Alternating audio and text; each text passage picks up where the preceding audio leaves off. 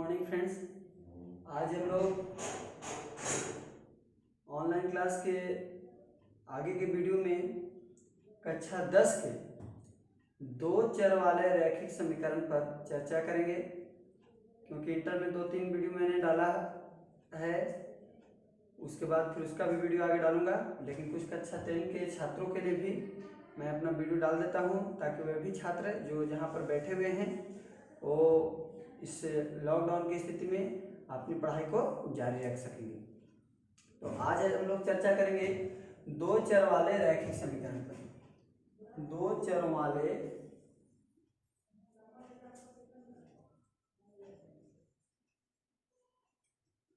रैखिक समीकरण, इसके विषय में हम लोग आज चर्चा करेंगे। सबसे पहले हम लोग ये जानेंगे कि समीकरण क्या है। समीकरण क्या है, समीकरण किसको कहते हैं, इसके विषय में सबसे पहले जानना जरूरी, क्योंकि हम लोग पढ़ने जो जा रहे हैं वो दो चर की परिभाषा जानते ही होंगे। आप लोग रैखिक का भी बहुपद, रैखिक बहुपद पढ़े होंगे, रैखिक की परिभाषा जानने होंगे, लेकिन जानने उसके बावजूद भी मैं बताऊंगा। लेकिन सबसे पहले चर्चा समीकरण पर होगी, क्योंकि मेन चीज हमारा है समीकरण है। समीकरण किसको कहते हैं, तो सामान्य तौर पे एक उदाहरण लेते हैं। 2x + 3 = 5 और एक लेते हैं 5x + 1। अब इसमें देखा जाए तो ये जो है हमारा ये समीकरण नहीं है, जबकि इसको हम लोग समीकरण बोल रहे हैं, लेकिन दोनों की स्थितियां बराबर ही नजर आ रही हैं। लेकिन इसको हम लोग समीकरण इसलिए नहीं मान रहे हैं क्योंकि ये समीकरण की परिभाषा को संतुष्ट नहीं करेगा। इसको हम लोग बहुपद बोलते हैं, ये हमको समीकरण कहलाएगा। तो निर्भर करते सबसे पहले कि समीकरण है क्या, समीकरण कहते किसको। तो समीकरण की परिभाषा है कि एक या एक से अधिक चरों में समानता का वह संबंध जो चर के किसी नियत मान के लिए संतुष्ट हो, उस संबंध को या वैसे पद को हम लोग समीकरण कहते हैं। परिभाषा को फिर से समझे। एक या एक से अधिक चरों के लिए, चरों में समानता का वह संबंध जो चर के किसी नियत मान के लिए संतुष्ट हो या चर के किसी नियत मान को संतुष्ट करता हो, उस वैसे पद को हम लोग समीकरण कहते हैं। अब यहाँ पर शब्द है समानता। हम लोग इसको समीकरण क्यों नहीं बोले, इस पर भी चाहेंगे। इसको देखिए, 2x + 3y = 5। यहाँ पर x का वैल्यू जब हम 1 पुट करते हैं तो 2 एकम 2 और 3 यहाँ जुड़ा तो 5, दोनों पद बराबर हो गए। इसको हम लोग समीकरण कर रहे हैं, यानी कि समानता के संबंध को पालन कर रहा है। हम लोग परिभाषा में क्या पढ़े कि एक या एक से अधिक चरों वाले व्यंजक जो होते हैं, या एक से अधिक चरों में समानता का वह संबंध जो चर के किसी नियत मान को संतुष्ट करता हो, वैसे पद को हम लोग कहते हैं समीकरण। इसमें जब आते हैं तो x का मान कुछ भी रखे, आप किसके साथ समानता दर्शा रहा है, कहीं पर समानता नहीं दिखा रहा है, इसलिए ये हमारा समीकरण नहीं है, ये हमारा समीकरण है।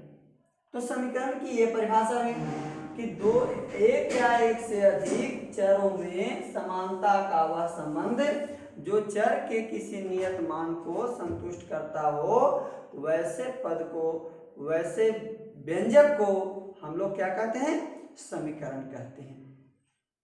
अब समीकरण आ गया तो सबसे पहले आ जाइए रैखिक समीकरण किसको कहेंगे। रैखिक एक नया शब्द आता है, तो याद कीजिए बहुपद में आप लोग परिभाषा पढ़ा होगा। रैखिक बहुपद वैसा बहुपद जिसमें चर संख्याओं का घात 1 हो, वैसे बहुपद को हम लोग रैखिक बहुपद कहते थे। तो बिल्कुल वही चीज यहाँ पर भी लागू होगा।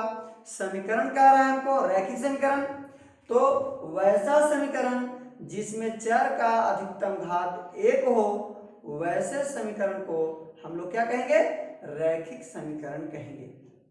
समझ में आई। वैसा समीकरण जिसमें चर का घात 1 हो, वैसे समीकरण को हम लोग क्या बोलेंगे, रैखिक समीकरण कहेंगे। ठीक है।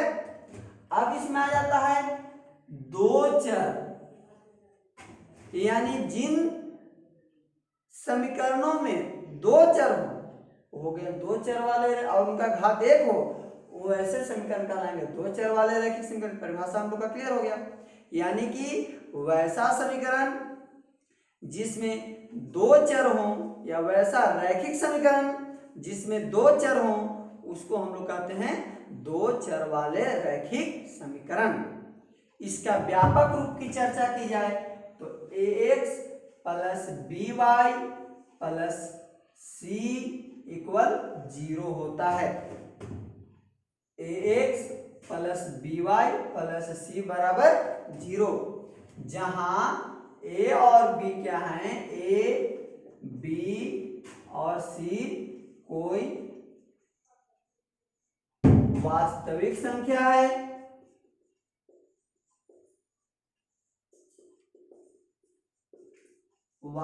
संख्या है तथा एक चीज a और b एक साथ शून्य न हो, अर्थात a और b का मान एक साथ शून्य नहीं होगा। a शून्य हो सकता है तो b नहीं, b शून्य हो सकता है तो a नहीं। अब आपको बात आएगा, आप कहिएगा कि अगर एक को हम शून्य बना देते हैं तो वैसा कंडीशन में by प्लस c एक ही चर बचेगा, लेकिन विशेष संदर्भ में उसको भी दो चर पढ़ते हैं हम लोग। इसलिए पढ़ते हैं क्योंकि हम लोग यहाँ पे a b c कोई वास्तविक संख्या में शून्य भी शामिल कर लेते हैं, तो वैसा कंडीशन में उसको 0 लगा करके हम लोग दो चर में बदलते हैं। ठीक है, इसीलिए यहाँ पर कहा गया है कि a और b में दोनों जो हैं सो एक साथ शून्य नहीं होंगे। a शून्य होगा तो b नहीं, b शून्य होगा तो a नहीं। ठीक है, यानी दो चर वाले रैखिक समीकरण की परिभाषा क्लियर हुई। दो चरों से युक्त या वैसा रैखिक समीकरण जिसमें दो चर हो उसको हम लोग बोलेंगे दो चर वाले रैखिक समीकरण। ठीक है, इसका व्यापक रूप क्या होता है, ax plus by plus c बराबर 0। ax plus by plus c बराबर 0, जहां a b c क्या होंगे तो कोई वास्तविक संख्या होंगे। a और b के जो मान हैं वो एक साथ शून्य नहीं होना चाहिए। ठीक है, यानी a शून्य हो सकता है तो b नहीं होगा, अगर b शून्य रहेगा तो फिर a नहीं होगा। यानी कि हम लोग इसको भी ax प्लस c बराबर 0 इसको भी दो चर में हम लोग व्यक्त कर सकते हैं। by प्लस c को भी हम लोग दो चर में व्यक्त कर सकते हैं। ठीक है, कैसे व्यक्त करेंगे तो आप लोग नवम कक्षा में पढ़ चुके होंगे।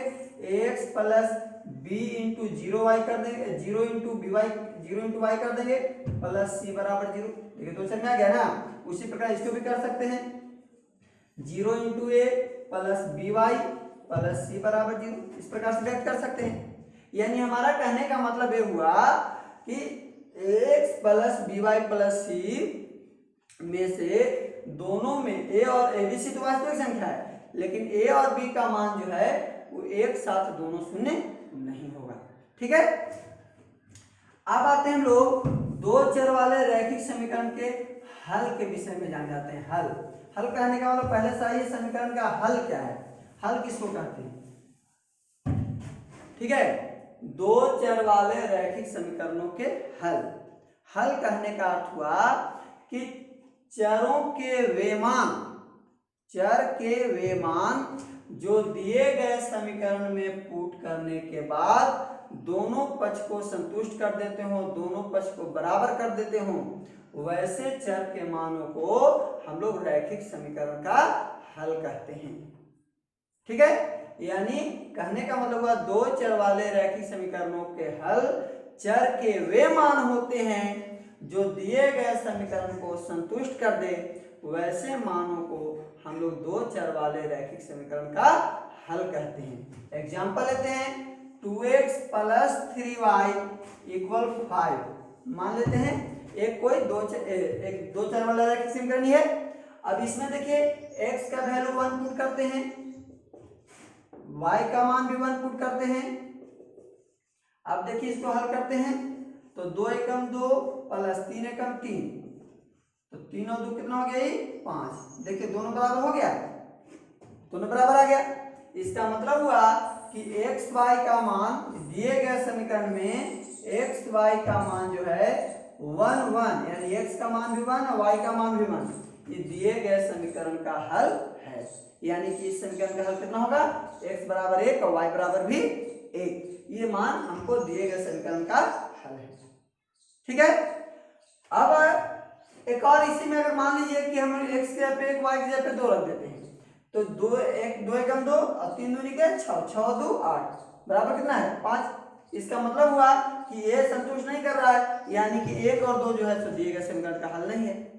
यानी हल कहने का मतलब ही होता है कि एक्स वाई के कोई ऐसी मान नहीं ले लेंगे, एक्स वाई का वह मान होगा जो दिए गए समीकरण को क्या करे, संतुष्ट करे। अर्थात उन मानों को रखने पर हमको LHS और RHS दोनों पक्ष बराबर हो जाए तो वैसे पद को हम लोग कहते हैं, वैसे मान को कहते हैं, चरों के वैसे मान को कहते हैं दो चर वाले रैखिक समीकरणों का हल।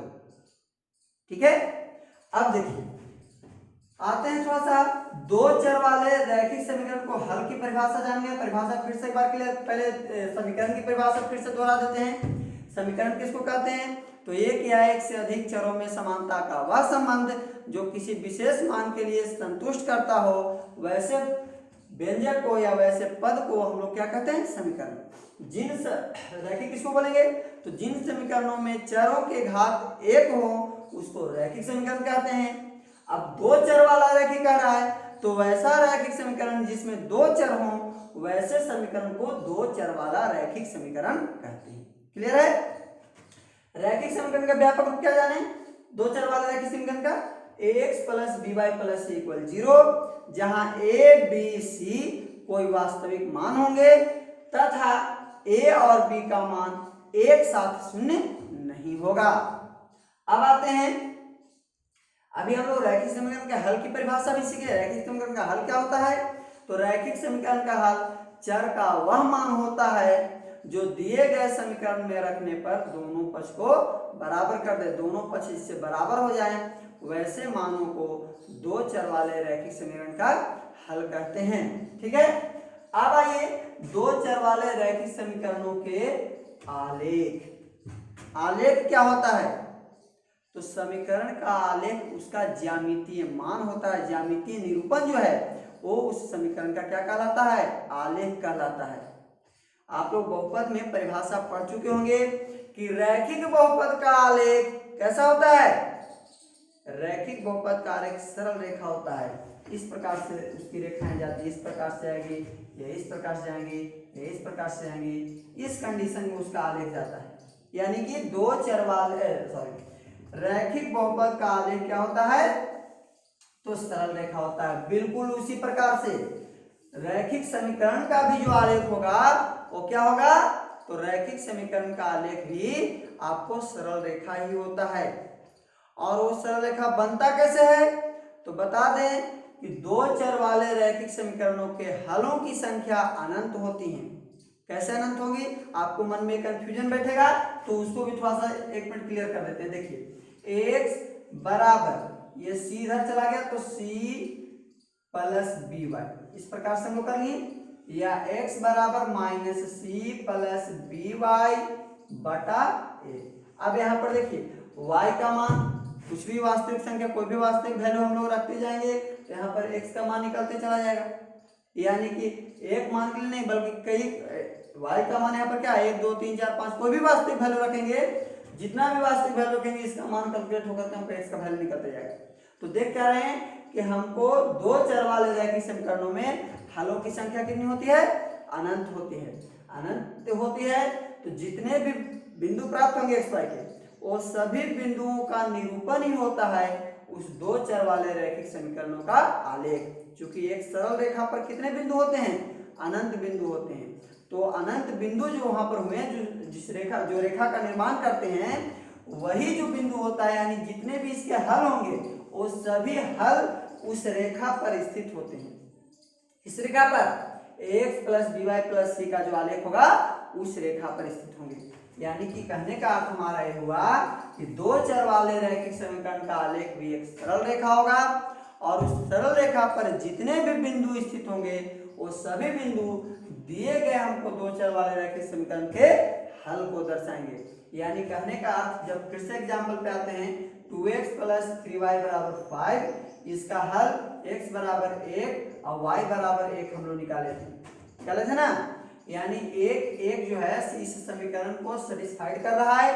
इसका मतलब हुआ कि बिंदु x = 1 y = 1, इस समीकरण का जो आलेख होगा उस आलेख के रेखा पर ये बिंदु हमारा स्थित होगा। उसी प्रकार और अगर देते हैं, जैसे एक और लिए थे हम लोग एग्जांपल, इसका 1 और y का मान 2, ये जो वैल्यू रखे थे तो ये हमको मान जो है इस पर हमको प्राप्त नहीं हुआ था। तो जब नहीं हुआ था तो हम इस पर कह सकते हैं कि इसका जो आलेख होगा इस समीकरण का, उस रेखा पर बिंदु 1 और 2 जो है सो स्थित नहीं होगा। यानी कि इस समीकरण के आलेख पर, यानी कि जो सरल रेखा होगी उस पर जितने भी बिंदु स्थित होंगे वो सभी के सभी बिंदु इस दिए गए समीकरण के क्या होंगे, हल होंगे। ये तो परिचय हम लोग दे दें किसका, दो चर वाले रैखिक समीकरण का। अब हम लोग 10वीं कक्षा में पढ़ना क्या है इस पर चर्चा करते हैं। हम लोग को 10वीं कक्षा में पढ़ना है दो चर वाले रैखिक समीकरण युग्म के विषय में। युग्म माने क्या होता है, जोड़ा। तो बिल्कुल दो चर वाले रैखिक समीकरण के जोड़ा को हम लोग पढ़ेंगे। अब देखिए, जोड़ा कहने का मतलब कि दो कहने का मतलब हुआ कि अगर हम लोग पैर में जूता पहनते हैं या चप्पल पहनते हैं, तो अगर चप्पल एक ही पैर का दो रख दिया जाए तो जोड़ा कहलाएगा? नहीं, जोड़ा कहलाएगा। उसमें कुछ उस तरह की समानताएं होनी चाहिए। भले दोनों का बनावट होता है, पहनने का वो इसका स्टाइल के वो अलग होता है, लेकिन शेप उसका भी कुछ चेंज रहेगा, ये पैर के लिए ऊपर के लिए, लेकिन उसमें क्या होता है, कुछ समानताएं होती हैं। फिर भी वो दोनों को हम लोग कंफर्टेबल करके पहनते हैं। लेकिन अगर एक ही पैर का रहे तो पहनना पॉसिबल नहीं होगा, उसको लोग नहीं पहनेगा। ठीक उसी प्रकार से दो चर वाले रैखिक समीकरण युग्म में भी कुछ इसी तरह की कॉमन चीजें रहेंगी जिस पर हम लोग चर्चा करेंगे। अब परिभाषा आते हैं हम लोग फिर से, उसका दो चर वाला रैखिक समीकरण यहां तक था। अब इसको बना देते हैं रैखिक समीकरण युग्म। दो चर वाले रैखिक समीकरण युग्म, तो इसका परिभाषा तो हम लोग जान गए, दो चर वाले रैखिक समीकरण युग्म माने हम लोग जान गए जोड़ा, तो बस परिभाषा निकल गया। दो चरों वाले वैसे रैखिक समीकरण, दो चरों वाले वैसे दो रैखिक समीकरण जो चर के एक ही मान के लिए दोनों को संतुष्ट करता हो, वैसे रैखिक समीकरण के जोड़ा को या वैसे रैखिक समीकरण को हम रैखिक समीकरणों को रैखिक समीकरण युग्म कहते हैं।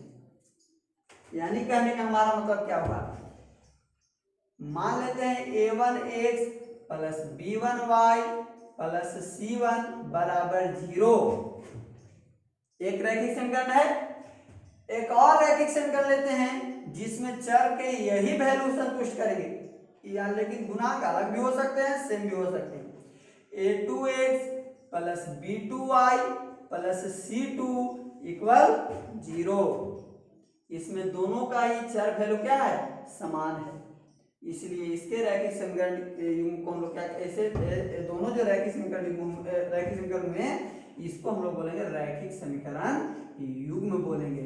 यानी कि ये दोनों हमको रैखिक समीकरण युग्म के रूप में हैं, जो चर के एक ही मान को सेटिस्फाइड कर रहे हैं। ठीक है, अब हम लोग चलते हैं दो चर वाले रैखिक समीकरण युग्म के हल। दो चर वाले रैखिक समीकरण का हल भी वही हुआ, यानी कि x का वैसा वैल्यू जो दोनों को पुट करने पर दोनों को परिभाषित करेगा, वैसे मान को हम लोग रैखिक समीकरण युग्म का हल कहेंगे। ठीक है, ज्यामितीय कंडीशन में भी देखिए, अब बात यहाँ पे आएगी कि दो चर वाले रैखिक समीकरणों के युग्म का हल जो है से कितना होता है। तो जब इसका हल निकलेगा तो वैसा कंडीशन में क्या होता है कि दो स्थितियां आती हैं। सबसे पहला तो बात है कि जब इसको आलेखीय रूप से, अगर हम मान लीजिए पहला समीकरण है, इसका एक ग्राफ खींचते हैं, इस प्रकार से आएगा। इसका जो आलेख है, दूसरा जो है इसका भी ये मान लेते हैं समीकरण 1 का आलेख है और ये समीकरण 2 का आलेख है। अब देखिए दो रेखाएं कि 3 स्थितियां होती हैं। या तो दोनों एक दूसरे को काटेगा, तो काटेगा तो दो रेखाएं एक दूसरे को कितने बिंदुओं पर काटती हैं, तो एक बिंदुओं पर। यानी कि जब प्रतिच्छेद दोनों को करेगा तो कितने हल निकलेंगे, एक हल निकलेंगे।